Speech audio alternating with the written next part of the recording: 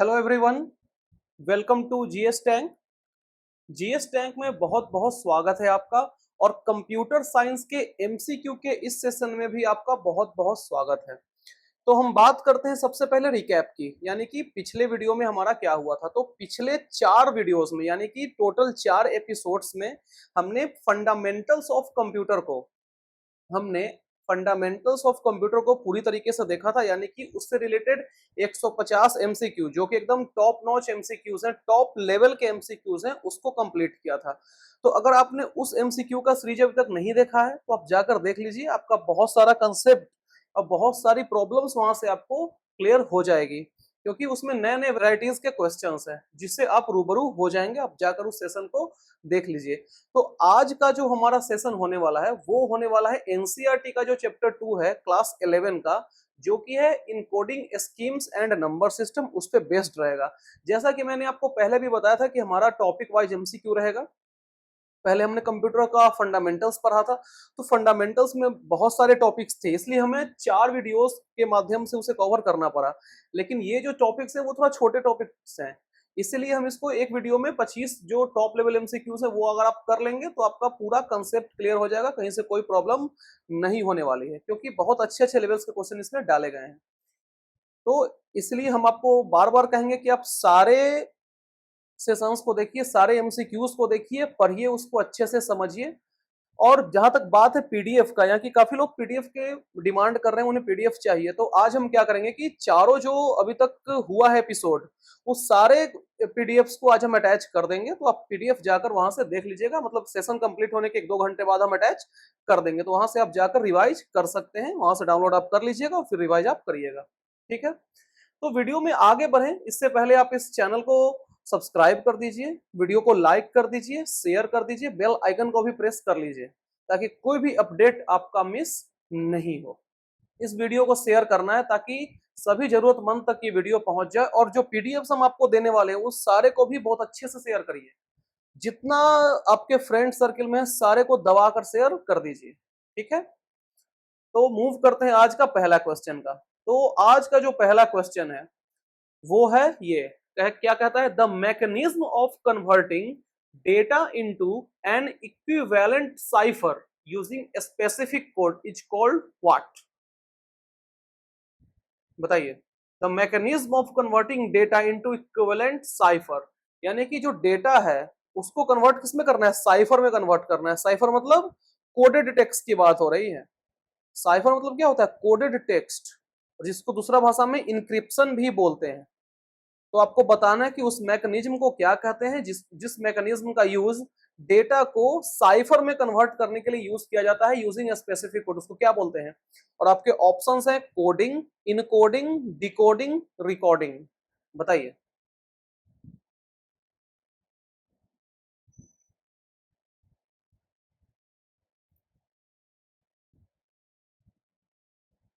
तो इसका correct answer क्या हो जाएगा, इनकोडिंग।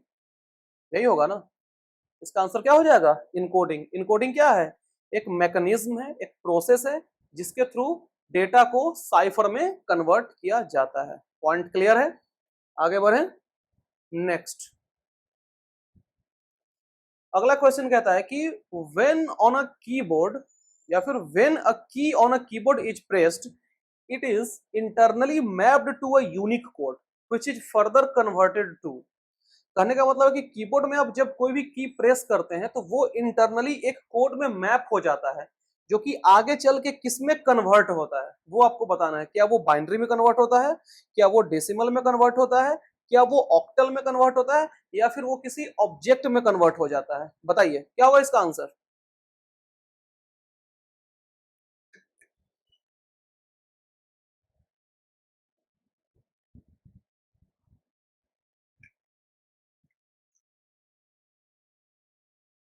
तो ये कन्वर्ट किस में हो जाता है, बाइनरी में। ये तो सिंपल सा क्वेश्चन है, थोड़ा सा लैंग्वेजेस का टफ हो सकता है, लेकिन क्वेश्चन ये काफी सिंपल है। और बाइनरी में क्या हो जाएगा, 0 और 1, जो भाषा कंप्यूटर समझता है। ठीक है, कोई दिक्कत नहीं होना चाहिए। डेसिमल, ऑक्टल वो तो कंप्यूटर समझता नहीं है, फिर उसको कन्वर्ट करना पड़ता है, तब जाकर वो समझता है आपका सिस्टम।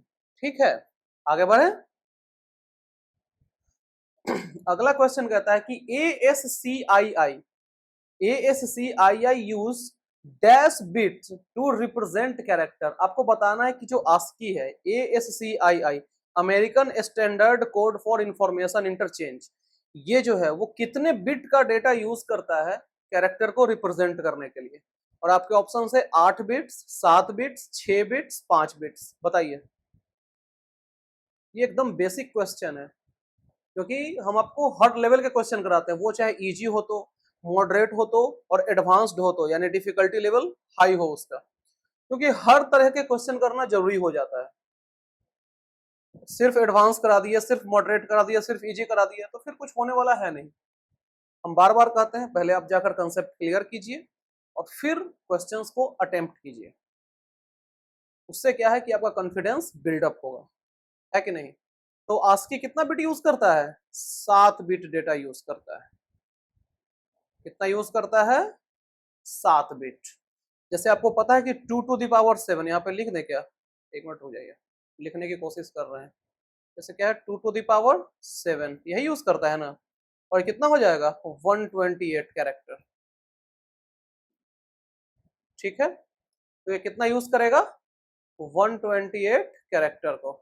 ठीक है, जो कि क्या है? ASCII। ठीक है, क्लियर है पॉइंट? ये बात आप ध्यान में रखेंगे। नेक्स्ट, अब बात हो गई इंडियन स्टैंडर्ड कोड की, ISCII। ये कितने बिट यूज करता है रिप्रेजेंटेशन के लिए? बताइए। ये क्या वो 8 बिट करता है, क्या ये 7 बिट करता है, क्या ये 6 बिट करता है, या फिर क्या ये 9 बिट यूज करता है? बताइए कितने बिट ये यूज करता है ISCII, Indian standard Code for Information interchange. बताइए।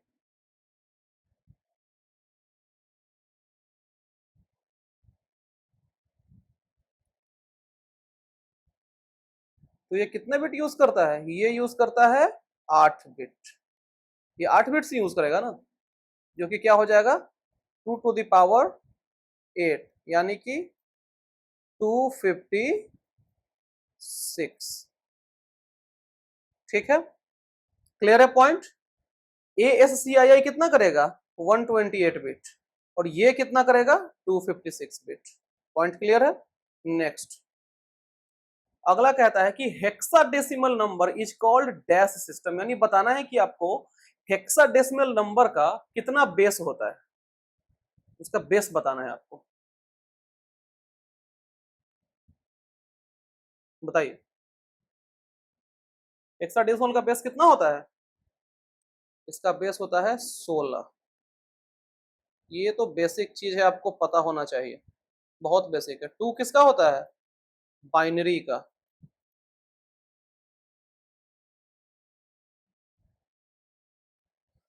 16 हो जाएगा किसका? हेक्साडेसिमल का।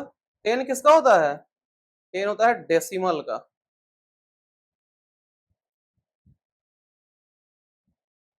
और 8 किसका होता है? ऑक्टल का। ठीक है, अब देखिए इसको हम तोड़ने का भी तरीका हम ऑलरेडी थ्योरी क्लास में बता दिया था कि आपका क्या है, हेक्सा डेसिमल है। आपको 2 पार्ट में तोड़ेंगे, हेक्सा और डेसिमल।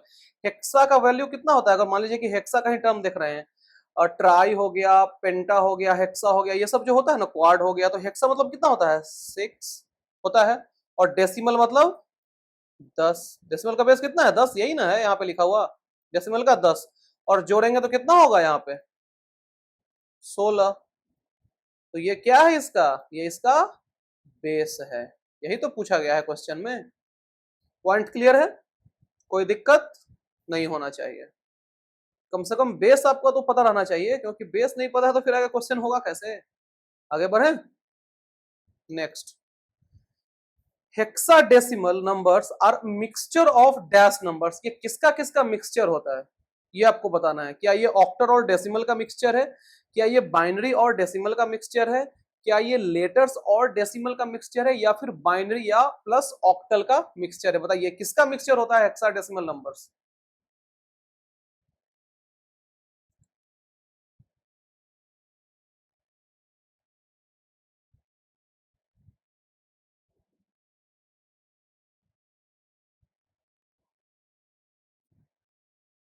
तो हेक्साडेसिमल किसका मिक्सचर होता है? लेटर और डेसिमल का। अब पूछिएगा कैसे? ये ऐसे, डेसिमल में क्या हो जाएगा? 0 to 9 आ जाएगा, ये तो हो गया। और लेटर्स में क्या आ जाएगा? लेटर्स में आपका आ जाएगा A to F, A से F तक होता है ना।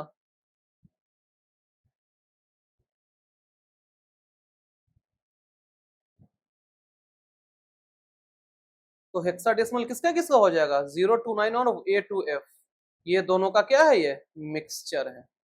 ठीक है, बढ़े आगे। क्लियर है ये point? ASCII value of D, आपको बताना है ASCII वैल्यू ऑफ D, ये क्या होता है? D का वैल्यू क्या वो 68 है, 69 है, 70 है और 71 है?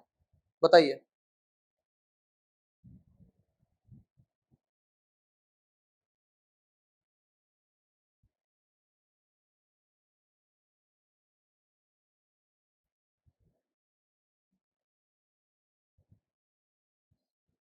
A का कितना होता है?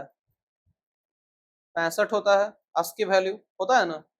B का 66, C का 67, D का 68।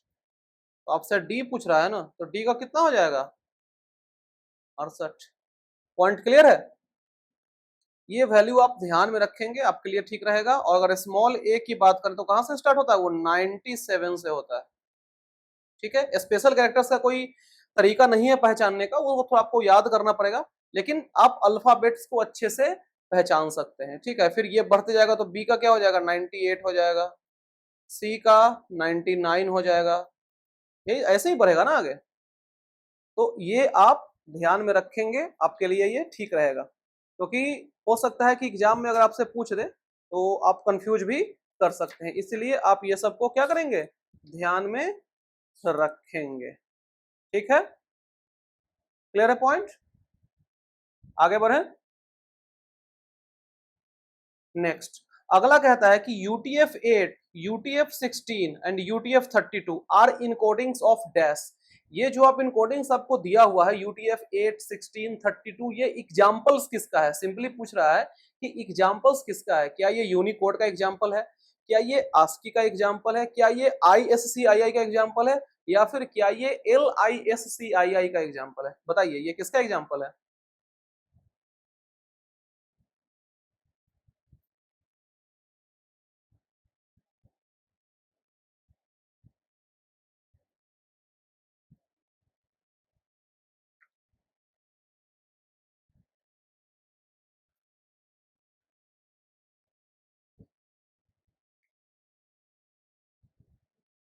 इसका आंसर क्या हो जाएगा? इसका आंसर हो जाएगा यूनिकोड। ये किसका एग्जांपल है? यूनिकोड का। मैंने पढ़ाया था आपको यूनिकोड में क्या क्या आता है। UTF-8 हो गया, 16 हो गया और 32 हो गया। ठीक है, ASCII का फुल फॉर्म पता ही है आपको, American Standard Code for Information interchange. और ISCII का पता ही है, Indian script code for Information interchange. ठीक है, और LISCII कुछ नहीं होता है, ये ऐसा ही ऑप्शन में डाला हुआ है, तो आपको इस तरीके से खतरनाक ऑप्शन से बचना है, नहीं तो हो सकता है कि एग्जामिनर आपको कोई फर्जी ऑप्शन डालकर आपको कंफ्यूज कराने की कोशिश करेगा, और ये करता भी है। अगर आपको आइडिया नहीं रहेगा टर्म्स का तो वो कंफ्यूज आप हो जाएंगे, ये कोई बड़ी बात नहीं है। ठीक है, आगे बढ़े। Next, IBCDIC coding scheme uses dash bits to code different character. कहने का मतलब है कि IBCDIC कोडिंग स्कीम जो है वो कितने बिट को यूज करता है अलग अलग कैरेक्टर्स के लिए। ठीक है, और आपके ऑप्शन है क्या क्या? 4, 8, 16, 32। बताइए क्या होगा इसका आंसर?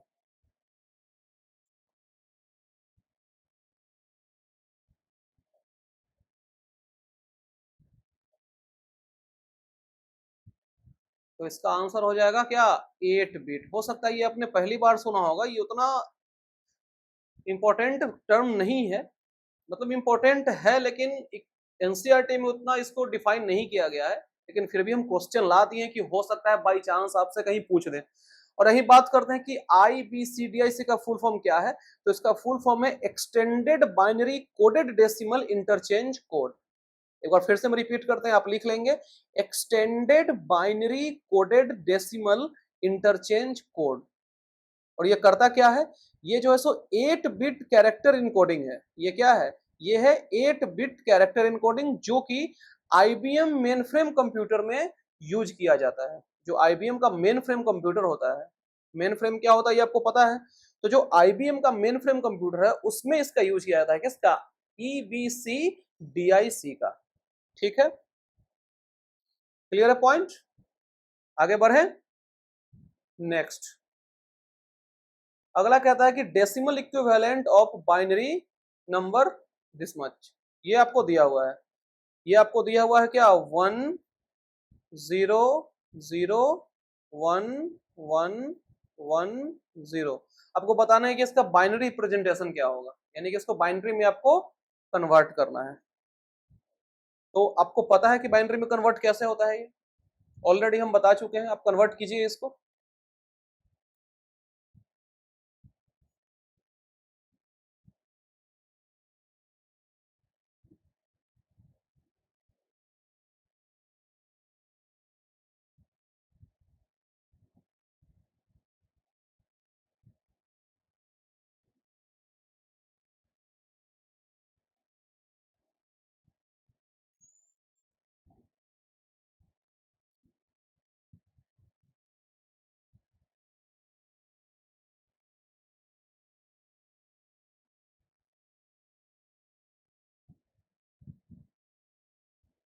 कन्वर्ट कर लिए, हमको ऑलरेडी हम आपको बता चुके, ये क्या हो जाएगा, ये हो जाएगा 2 टू द पावर 0, ये क्या हो जाएगा 2 टू द पावर 1, ये क्या हो जाएगा 2 के पावर 2, ये 2 के पावर 3, ये 2 के पावर 4, 2 के पावर 5, और ये हो जाएगा क्या 2 टू द पावर 6, यही ना होगा। और हमने आपको बताया था कि जीरो वाले से हमें कोई मतलब नहीं है, तो जीरो वाले को हम क्या करेंगे, हटा देंगे, हटा देंगे। अब क्या बचा 2 टू द पावर 6 यानी कि 64, ये क्या है 2 टू द पावर 3 है यानी कि 8 है, ये 2 टू द पावर 2 यानी कि 4 है, और 2 के पावर 1 यानी कि 2 है, यही है ना। तो ये हो जाएगा 64 8 72 4 76 और 2 78, यही ना आया। तो 78 क्या हो जाएगा, इसका करेक्ट आंसर हो जाएगा। तो इसी तरीके से बाइनरी निकालना है। हो सकता है कि आपको एग्जाम में ये क्वेश्चन दे दे और बोले कि निकालिए बाइनरी, तो ये सब आपको आइडिया रखना है कि किसका बाइनरी कैसे निकलता है या फिर कैसे कन्वर्जन होता है। हमने पूरा आपको बताया था, आपस में कन्वर्जन 12 तरह का कन्वर्जन हमने डिस्कस किया है। तो आई होप कि आप वो सब ध्यान में रखेंगे ताकि आपको तकलीफ नहीं हो आगे चल के। ठीक है, आगे बढ़े नेक्स्ट। अगला क्वेश्चन कहता है कि when a key on English keyboard is pressed it is internally mapped to. इस तरह का क्वेश्चन हमने थोड़ा देर पहले भी देखा है और फिर हम देख रहे हैं, जिसमें कहा गया है कि जब इंग्लिश कीबोर्ड में कोई भी एक की को प्रेस किया जाता है तो इंटरनली वो किसके मैप करता है। और ऑप्शंस है unique hexadecimal code, unique octal code, unique decimal code, none of the above. बताइए।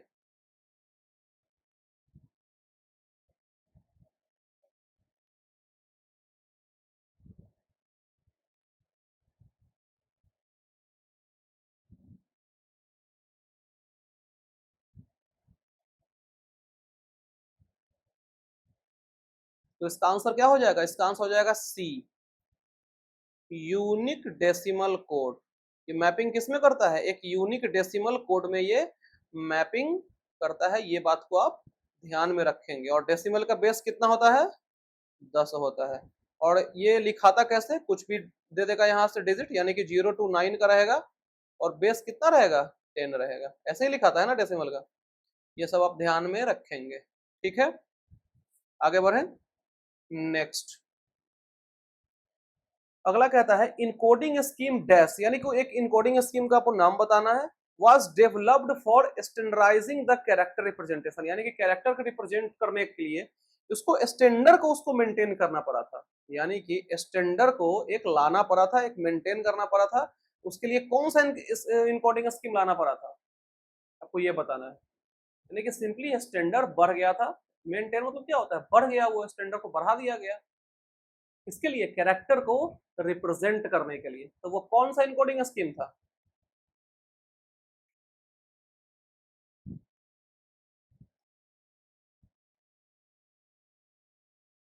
वो था आपका ASCII। और यहीं पे अगर इंडियन लैंग्वेज लग जाएगा तो इसका आंसर क्या हो जाएगा, ISCII। लेकिन यहाँ पे सिंपली क्या कर रहा है, स्टैंडर्डाइजिंग द कैरेक्टर रिप्रेजेंटेशन, तो वो क्या था, American Standard Code for Information interchange. ठीक है, क्लियर है पॉइंट। और इसमें फर्जी ऑप्शन में डाला हुआ आपको दिख रहा होगा सॉफ्टवेयर, तो सॉफ्टवेयर कोई इनकोडिंग स्कीम थोड़े है, तो ये सब तो आपको ऑप्शन पहले ही एलिमिनेट कर लेना चाहिए था। ये तीनों है। इसके एग्जांपल में क्या है, इसके एग्जांपल में आपका UTF-8 है, UTF-16 है और UTF-32 है। हम लिखे नहीं है तीनों में UTF, लेकिन आप लिख लीजिएगा। ठीक है। और ISCII कितना कैरेक्टर पे होता है, 2 के पावर 8 यानी कि 256 पे थोड़ी देर पहले हमने चर्चा किया है, ये आप ध्यान में रखेंगे। और ये कितना पे होता है, ये होता है 2 टू द पावर 7 यानी कि 128 कैरेक्टर रिप्रेजेंटेशन।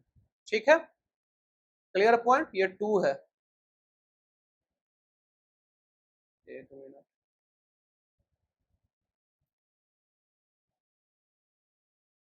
आगे बढ़े नेक्स्ट। अगला क्वेश्चन कहता है कि if B is the base of the place value system, what is the range of it symbols. आप क्वेश्चन का लेवल देखिए, आप कहीं और से अगर कहीं पढ़ते हैं या फिर कहीं से भी क्वेश्चन आप करते हैं, किसी भी टीचर से आप पढ़ते हैं, लेकिन वहां का आप क्वेश्चन का लेवल देखिए और यहाँ का क्वेश्चन का लेवल देखिए, आपको डिफरेंस पता चल जाएगा। क्योंकि हम नहीं चाहते हैं कि क्वेश्चन का स्टैंडर्ड गिरे, क्वेश्चन स्टैंडर्ड गिरेगा एग्जाम आपका निकलेगा नहीं। हम सारा क्वेश्चन एकदम स्टैंडर्ड लाते हैं। ये 25 क्वेश्चन ही है, लेकिन आपको पता चल जाएगा कि किस लेवल का क्वेश्चन है। और क्वेश्चन का लेवल कैसा लगता है, ये सब कमेंट में आप जरूर बताया करिए कि कैसा लेवल है क्वेश्चन का, आपको कैसा लगता है सेशन, ये सब आप कमेंट में बताया करिए। तो आपको कहा गया है क्वेश्चन कि बी क्या है, बी एक बेस है। ठीक है, प्लेस वैल्यू सिस्टम यानी कि कोई प्लेस वैल्यू सिस्टम का ये बेस है, तो बताना है कि सिंबल का रेंज कहां से कहां तक हो। देखिए, कोई भी जब सिंबल का रेंज स्टार्ट होता है वो कहां से स्टार्ट होता है, जीरो से स्टार्ट होता है, ये तो फिक्स है। तो जीरो से स्टार्ट होगा तो 3 और 4 ऑप्शन तो ऐसे ही कट गया। अब 2 ऑप्शन बचते हैं हमारे पास, 1 और 2। अब आगे बढ़ते हैं। बाइनरी का बेस कितना होता है, बाइनरी, BINARY, बाइनरी का बेस कितना होता है, 2 होता है। तो 2 है तो इसका रिप्रेजेंटेशन क्या है, 0 और 1 है। अब बस ध्यान देते जाइएगा, राइटिंग थोड़ा खराब रहेगा क्योंकि सही से लिखा नहीं पा रहा है, माउस से लिख रहे हैं तो सही से नहीं लिखा पा रहा है, पेन टैब अभी है नहीं मेरे पास। तो 2, बाइनरी का कितना है बेस, 2 है। इसका वैल्यू क्या होता है बाइनरी का, 0 और 1 होता है, ये ठीक है। अब आता है डेसिमल पे, DEC डेसिमल हो गया। इसका बेस कितना होता है, 10 होता है। और इसका रेंज कहां से कहां तक है, 0 to 9 तक है। अब बात करते हैं ऑक्टल का। ऑक्टल का बेस कितना होता है, 8 होता है। इसका रेंज कहां से कहां तक है, 0 to 7 तक है। तो यहां से आपको कुछ अंदाजा मिल रहा है कि क्या हो रहा है। यहाँ पे 2 है लेकिन जा कहां तक रहा है, 1 तक जा रहा है, यानी कि 1 कम। यहाँ क्या है, डेसिमल है, बेस कितना है, 10 है। और रेंज कहां तक जा रहा है, 0 से 9 तक, यानी कि 1 कम। ऑक्टल का क्या है, बेस 8 है और रेंज कहां तक जा रहा है, 0 to 7 तक, यानी कि यहाँ भी क्या हो रहा है, -1 हो रहा है। तो इससे हमको क्या पता चल रहा है कि जो बेस जा रहा है वो 0 से लेके B-1 यानी कि जो बेस है उससे 1 कम तक जा रहा है। ये थोड़ा सा टिपिकल क्वेश्चन आपको लगा होगा, थोड़ा सा ये माइंड क्या बोले उसको, एकदम थोड़ा सा दिमाग आपका टनटना दिया होगा, समझे। तो ये तरह का क्वेश्चन करने का आप आदत डाल लीजिए। ठीक है, तो इसका करेक्ट आंसर क्या हो जाएगा, 0 to B-1। और कैसे होता है वो हम आपको यहाँ बता दिए हैं। ठीक है, आगे बढ़े अब नेक्स्ट। अगला क्वेश्चन है octal equivalent of binary number. एक नंबर आपको दिया हुआ है 10 1110101 इज क्या है, बताइए।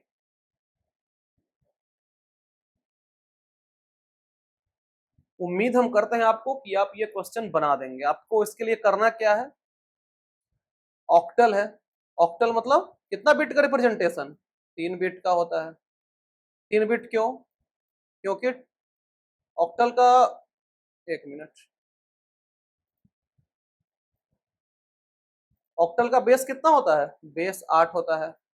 और 8 कितना होता है? 2 टू द पावर 3। और ये 3 क्या है? बिट है। ये 3 क्या है? बिट है। तो इसके लिए क्या करेंगे हम लोग? 3 3 बिट का ग्रुपिंग करेंगे, वो भी कैसे? Right to left. ध्यान रखेंगे, राइट टू लेफ्ट, यानी कि पहले क्या हो जाएगा? 0 1 1 हो गया, फिर क्या है? 1 0 1 हो गया,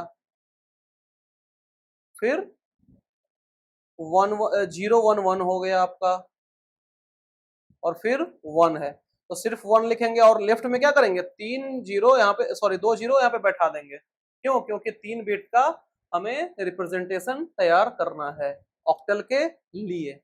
इतना इतना बात क्लियर है। और ध्यान रहे, राइट में आप 0 नहीं बैठाएंगे, लेफ्ट में बैठाएंगे, क्योंकि राइट टू लेफ्ट चल रहे हैं। ठीक है, अब क्या करेंगे? ये क्या, इसका वैल्यू क्या जाएगा? 2 के पावर 0, 2 के पावर 1 और 2 के पावर 3। सेम यहाँ भी हो जाएगा, 2 to the power 0, 2 to the power 1, 2 to the power 2। एकदम पूरा हम आपको तोड़ तोड़ के समझा देंगे, टेंशन आप मत लीजिए। 2 के पावर 0, 2 के पावर 1, 2 के पावर 2। ये क्या हो जाएगा? 2 के पावर 0, 2 के पावर 1, 2 के पावर 2। अब हमने क्या बताया था आपको? जहां जहां 0 है उसको इग्नोर कर देना, यानी कि उसको हटा देना है। तो 0 वाले को आप हटा देंगे, उसको काउंट नहीं करना है। तो यहाँ पे क्या है? 1। अब आप आगे सोल्व नहीं भी करेंगे तो आपको आंसर मिल जाएगा। क्यों? क्योंकि एक से स्टार्ट, इसमें एक ही ऑप्शन है। आपको टाइम बचाने के लिए ये सब भी करना पड़ेगा, ऑप्शन के बारीकियों को जानना पड़ेगा। अब पूरा सोल्व करेंगे तो आंसर तो आपको मिल ही जाएगा, लेकिन आंसर इसी के आगे आएगा ना। अब देखिए क्या है? 2 के पावर 1 क्या है? 2। 2 के पावर 0 1, तो 2 + 1 3। ये क्या हो जाएगा? 4 और 1 क्या हो जाएगा? 5। और ये क्या हो जाएगा? 2 और 1 क्या? 3। तो आंसर क्या आया? 1353। अब अगर सिर्फ ये भी करेंगे, सिर्फ पहला आप देखेंगे कैरेक्टर को, तो उससे आपको ऑप्शन को मैच कराना है। ऑप्शन मैप मैच आप कराएंगे। अगर ज्यादा ऑप्शन है तो फिर बात अलग है कि आगे सोल्व करना पड़ेगा, लेकिन अगर एक ही ऑप्शन यहाँ पे, जैसे यहाँ पे एक ही ऑप्शन मिल रहा है, तो एक ऑप्शन मिला, आप फट से टिक मार के आगे बढ़ जाएंगे। बात समझ में आ गया? कोई दिक्कत नहीं होना चाहिए। आप, आई होप कि आपको ये कन्वर्जन समझ में आ गया होगा। आगे बढ़े। नेक्स्ट आपको बताना है यूटीएफ का फुल फॉर्म। जो आपने पढ़ा है ना, UTF-8, UTF-16, UTF-32, जो यूनिकोड का पार्ट है, तो बताना है कि आपको उस यूटीएफ का फुल फॉर्म क्या होता है, बताइए।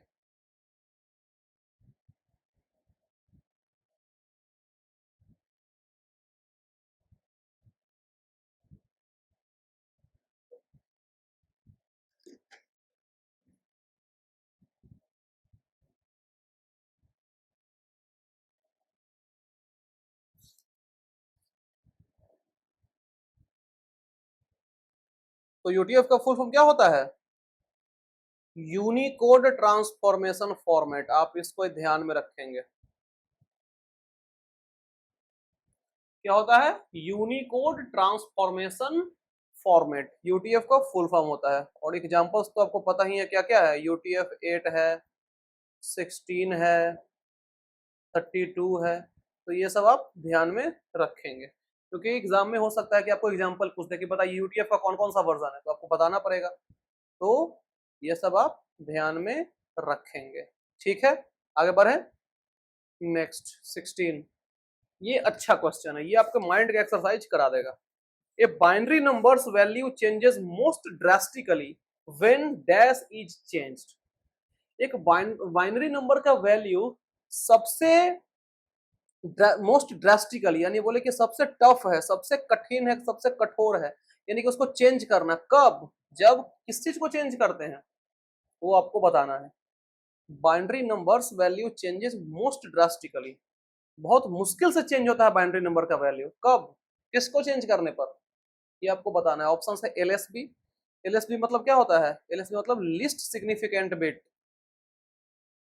फुल फॉर्म लिख देते हैं, लिस्ट सिग्निफिकेंट सिग्निफिकेंट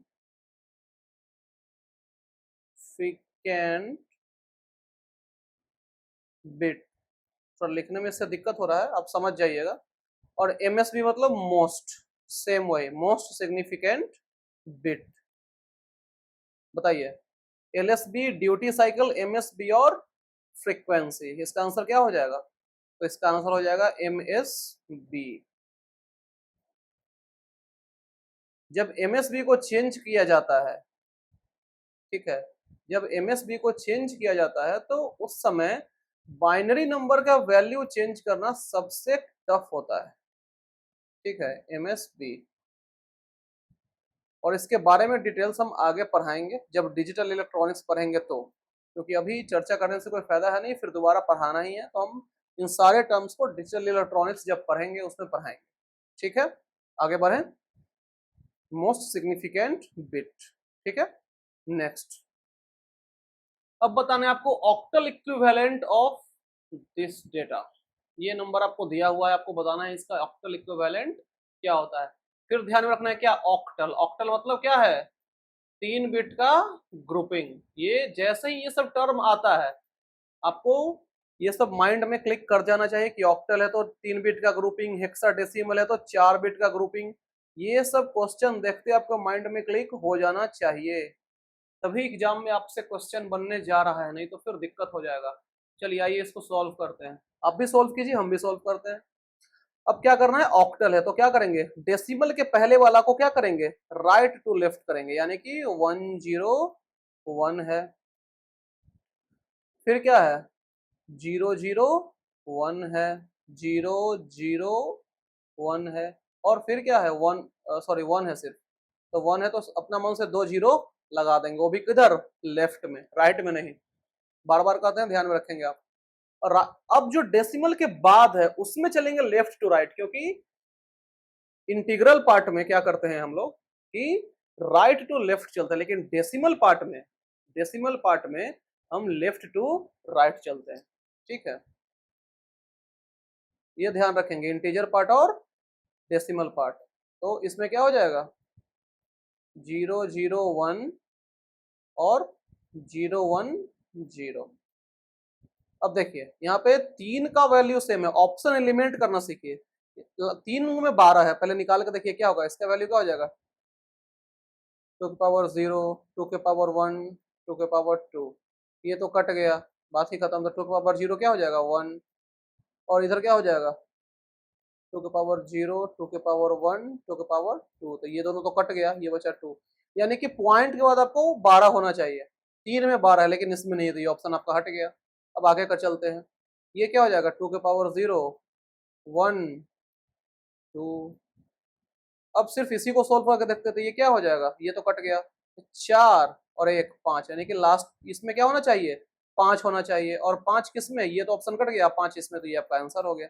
पूरा सोल्व करने की जरूरत भी नहीं है, पूरा सोल्व करने का आपको जरूरत भी नहीं है, लेकिन फिर भी आपके पास फालतू का टाइम अगर है तो आप कर सकते हैं, क्योंकि हम तो कहेंगे कि आप ऑप्शन से जाइए, आपका टाइम बचेगा। जैसे कि 2 के पावर 0 है, 1 है, 2 है, तो ये कट गया दोनों, ये क्या बच गया, 4 बच गया। ये तो आपका 5 आ ही गया था, और ये 2 पावर 0 क्या है, 1 है, दोनों कट ही जाएगा। तो 145.12 इसका क्या हो जाएगा, आंसर हो जाएगा। और वही यहाँ पे क्या है, ऑप्शन में दिया हुआ है। तो आप कोई एक भी सोल्व करके, यानी कि कोई एक पार्ट भी सोल्व करके आप आंसर ला सकते हैं, डिपेंड करता है आपके ऑप्शंस पे, ठीक है। आगे बढ़े, नेक्स्ट 18 नंबर, कुछ of the following is the correct representation of binary number. Binary number का आपको बताने की रिप्रेजेंटेशन कैसे होता है, कौन सा करेक्ट फॉर्मेट है इसमें से, बताइए।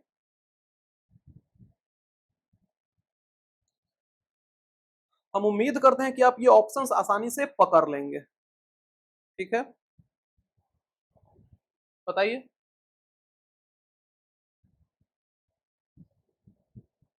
देखिए पहला ऑप्शन है क्या है, 1 to 4। बाइनरी में क्या होता है, 0 और 1 होता है, तो ये 2 और 4 भी आ गया, ये तो ऑप्शन गया आपका। 1110, देखिए 10 का तो ऑप्शन सेटिस्फाई कर रहा है, लेकिन बेस यहाँ पे दिया हुआ ही नहीं है, तो हम इसमें कह नहीं सकते हैं कि ये बाइनरी है कि नहीं, बात खत्म। 110 यानी कि 0 1 का तो फॉर्मेट सेम हो रहा है, लेकिन ये पावर बेस में न जाके स्क्वायर में चल गया, यानी कि ऊपर में पावर चला गया, ठीक है। जो डिजिट आपका दिया हुआ है ब्रैकेट के बाहर, वो बेस में जाके कहाँ चल गया, पावर में चला गया, तो पावर में तो होगा नहीं, तो कट गया। तो आपका आंसर क्या हो जाएगा, जीरो, एक मिनट,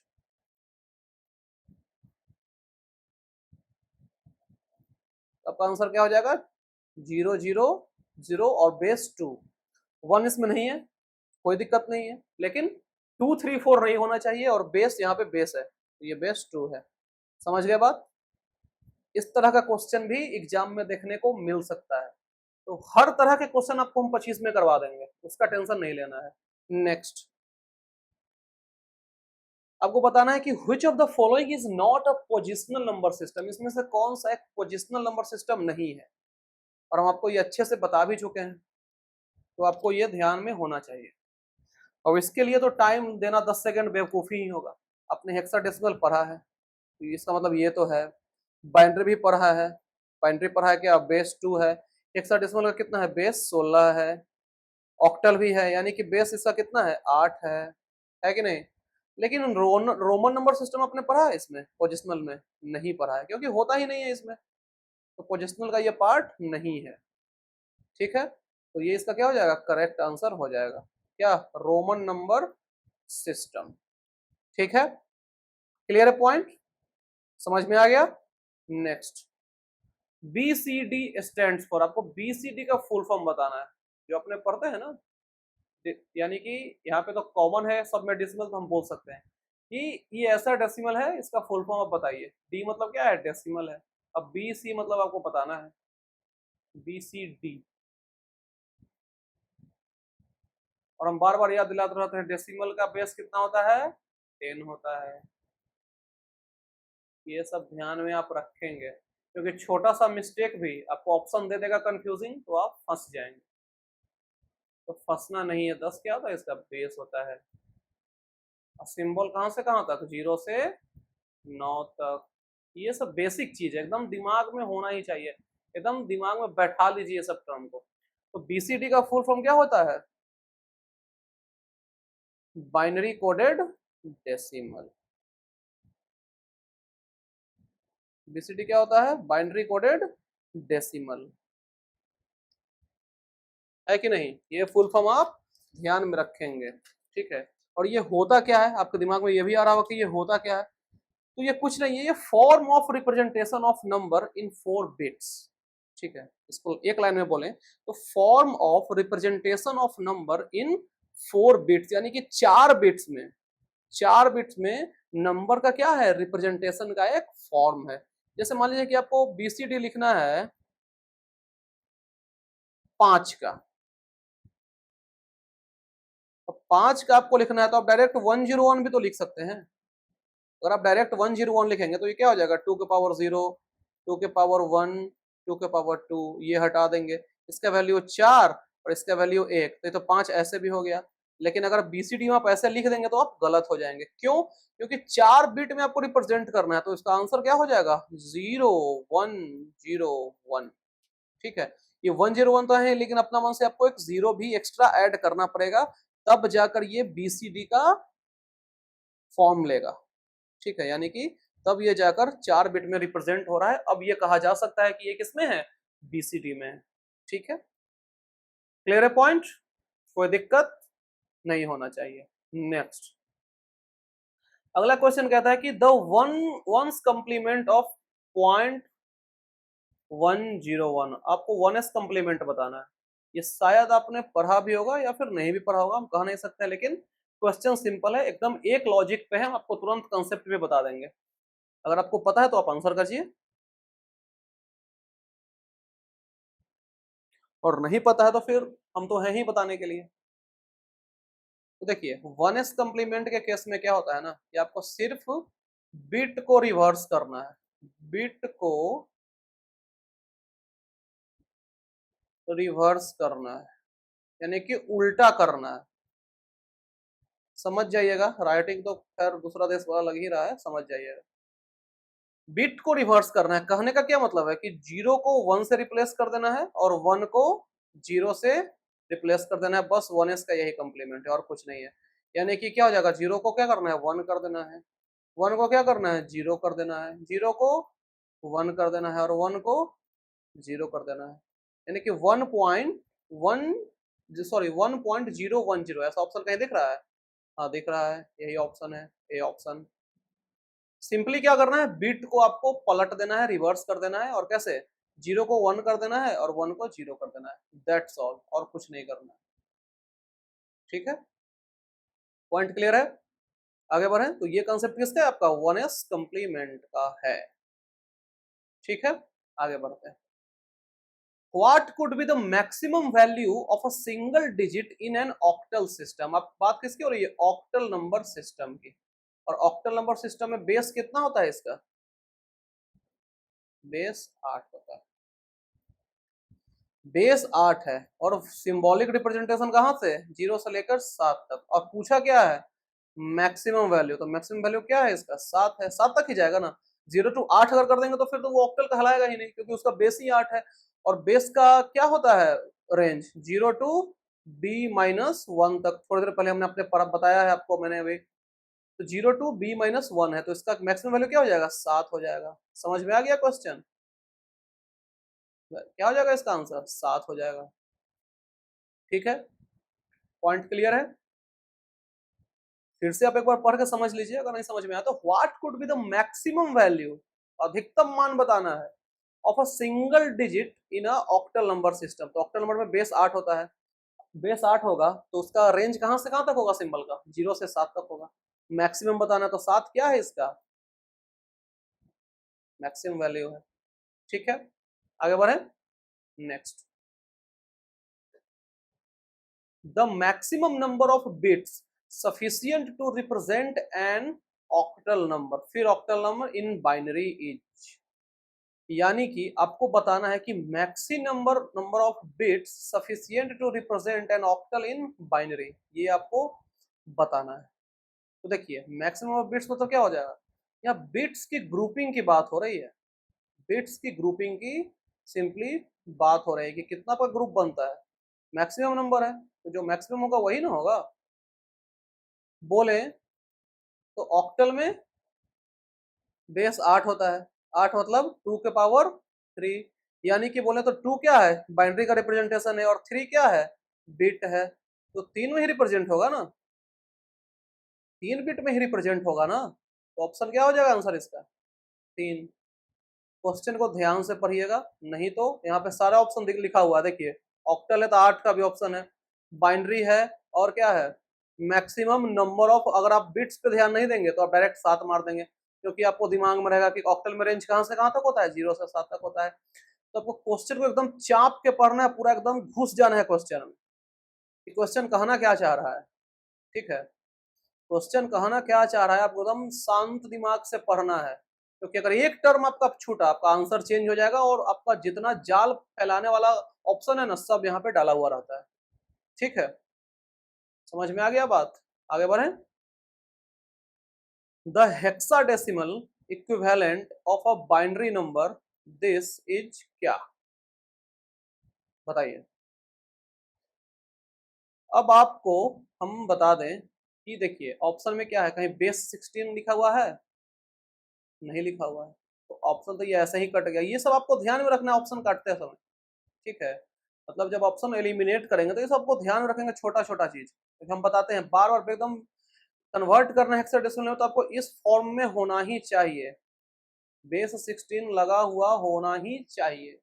ठीक है, तो इसके लिए क्या करेंगे हम लोग, 4 4 बिट का ग्रुपिंग करेंगे। अब 4 बिट का ग्रुपिंग क्यों करेंगे, ये हम बहुत बार बता चुके हैं, फिर बता देते हैं। बेस कितना होता है, 16 होता है, और 16 क्या होता है, 2 टू द पावर 4 होता है। 4 क्या होता है, 4 बिट होता है। तो ग्रुपिंग कितने बिट का करेंगे, 4 बिट का करेंगे, यही है ना। देखिए 0 0 1 0, ठीक है, फिर 4 का करेंगे तो क्या हो जाएगा, 1 0 0 1, और ये तो 4 को 0, तो इससे तो मतलब ऐसे भी नहीं, तो यहाँ पे लास्ट में 0 आ जाएगा। ऑप्शन में क्या है, 2 0 है। आगे बढ़ते हैं, 2 के पावर 0, 2 के पावर 1, 2 के पावर 2, 2 के पावर 3, यही है ना। कट कट जाएगा ये। 2 के पावर 3 क्या हो जाएगा, 8 और 1 9, तो 0 9 से कोई स्टार्ट है, एक ही ऑप्शन स्टार्ट है, बेस 16 है, आंसर हो जाएगा आपका। ये सोल्व करने का जरूरत नहीं है, लेकिन फिर भी आपको वो सोल्व करना है तो हम ये भी बताते हैं। ये तो ये क्या हो जाएगा, 0 1 2 और 3, ये 2 के पावर का फॉर्म में है, ऐसे नहीं समझिएगा, ये कट गया ऐसे ही, 2 के पावर 2 क्या हो जाएगा, 4 हो जाएगा, 094 और बेस 16। ठीक है, समझ में आ गया, कोई दिक्कत नहीं होना चाहिए। आगे नेक्स्ट, ये काफी शानदार क्वेश्चन है और इसमें करना क्या है, पावर सॉरी बेस कितना लगा हुआ है, बेस 8 लगा हुआ है। इसका क्या मतलब है, ये किस फॉर्मेट में है, ये ऑक्टल में है आपका, और ऑक्टल को आपको किसमें करना है कन्वर्ट, हेक्साडेसिमल में, यानी कि 16 बेस होगा। लेकिन यहाँ पे अगर आप ऑप्शन देखेंगे तो सारा में बेस 16 है, तो ऑप्शन आपका एलिमिनेट हो नहीं रहा है। तो कन्वर्ट ये कैसे होगा, octal to hexadecimal direct conversion नहीं होता है, अगर आपको याद होगा तो डायरेक्ट कन्वर्जन नहीं होता है। आपको पहले ऑक्टल से कहाँ जाना पड़ेगा, बाइनरी में जाना पड़ेगा। ऑक्टल से पहले आपको बाइनरी में जाना पड़ेगा। बाइनरी में जाने के बाद क्या करेंगे, 4 बिट का ग्रुपिंग करेंगे। अब क्यों करेंगे ये हम पिछले क्वेश्चन में बता चुके हैं, 4 बिट का ग्रुपिंग करेंगे और उसके बाद इसको किसमें कन्वर्ट करेंगे, हेक्साडेसिमल। तो ये आपके लिए होमवर्क रहेगा, आपको बताना है, हम इसका आंसर अभी नहीं बताएंगे, आपको बताना है कि इसका आंसर क्या होगा। तो आप लोग कमेंट सेक्शन में मुझे बताइए, जरूर बताइएगा, जरूर से जरूर कि इसका आंसर क्या होगा, ताकि आपका अच्छे से प्रैक्टिस भी हो जाए। ये एक अच्छा लेवल का क्वेश्चन है, एग्जाम में ये पूछा जा सकता है। तो आप मुझे इसका आंसर कमेंट सेक्शन में बताएंगे, ठीक है। तो ये आपका 25 क्वेश्चन कंप्लीट हो गया है।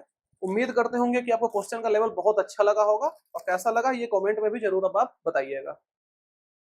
तो इस तरह से हमारा जो encoding scheme and number system का जो टॉप एमसीक्यूज हैं वो कंप्लीट हो गया है। अगले क्लास में हम डिस्कस करेंगे किस पे, इमर्जिंग ट्रेंड्स पे एमसीक्यू डिस्कस करेंगे। तो उसके लिए आप रेडी रहेंगे, आप रिवीजन करके आएंगे ताकि आप क्वेश्चन अच्छे से सोल्व कर पाए, क्योंकि जो अगला दिन आने वाला रहेगा ना एमसीक्यूज, वो आपको हम एक दिन पहले बता देंगे, ताकि आप उसका प्रिपरेशन कर लीजिए और आप यहाँ पर आंसर कर सकते हैं। ठीक है, तो फिर मिलते हैं कल, तब तक के लिए thank you so much, bye bye, take care.